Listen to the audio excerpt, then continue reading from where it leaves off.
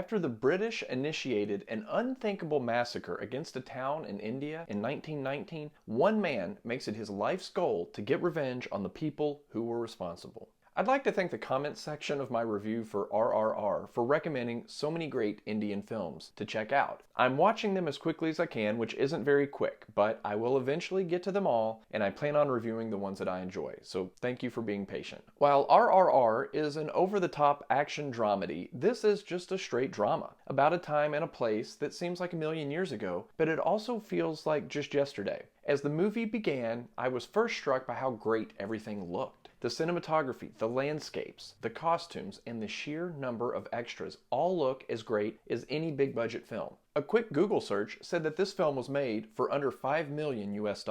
If that is true, this is probably the best looking $5 million film that I've ever seen. Before the movie begins, there is a wall of text that says that the film was written based on news stories, articles, and research revolving around the assassination of Michael O'Dwyer. Liberties were taken to make the story flow better, and that is perfectly fine. 2 hours and 40 minutes just isn't enough time to tell a story that unfolds over 20 years without taking some artistic liberties. I'll admit, it did take me a while to get into the story because the timeline is constantly bouncing between different years, and I found it a little hard to follow initially. But once I picked up on what was happening, I really got sucked in. The plot revolves around a revolutionary plotting to assassinate a British political figure who orchestrated a horrible massacre against his people. In many films, the assassination would be the climax of the film, but here it happens really early on. I wasn't sure what direction the film was going to go after showing the assassination so early. Was it going to turn into a courtroom drama about all of the legal unfoldings that happened because of this assassination? No, that didn't where it went at all. And trust me, the true climax was way more intense than the assassination was.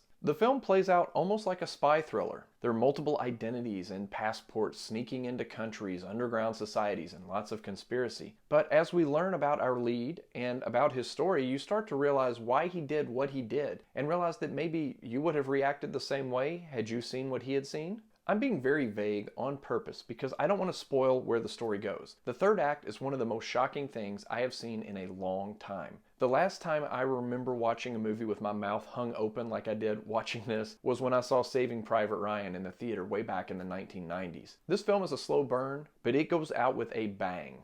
A long, violent, unrelenting bang. And it's going to be seared in my memory for a long time. Once again, I'm completely blown away by the horrors that humans have performed against each other, and I can't believe something this horrible that happened only about 100 years ago is completely unknown to many people in Western countries. It isn't just the epic scale, beautiful landscapes, and costumes that make this film great. The narrative structure, which seems to be out of order for no reason at first, ends up being what makes the movie's climactic scenes so intense. The acting is stellar, and the story is one that other parts of the world need to know about. This is one of the best films of 2021.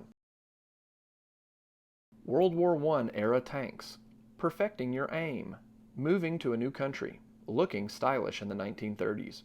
Leaning against a tree. Being waterboarded. An uncomfortable amount of extras.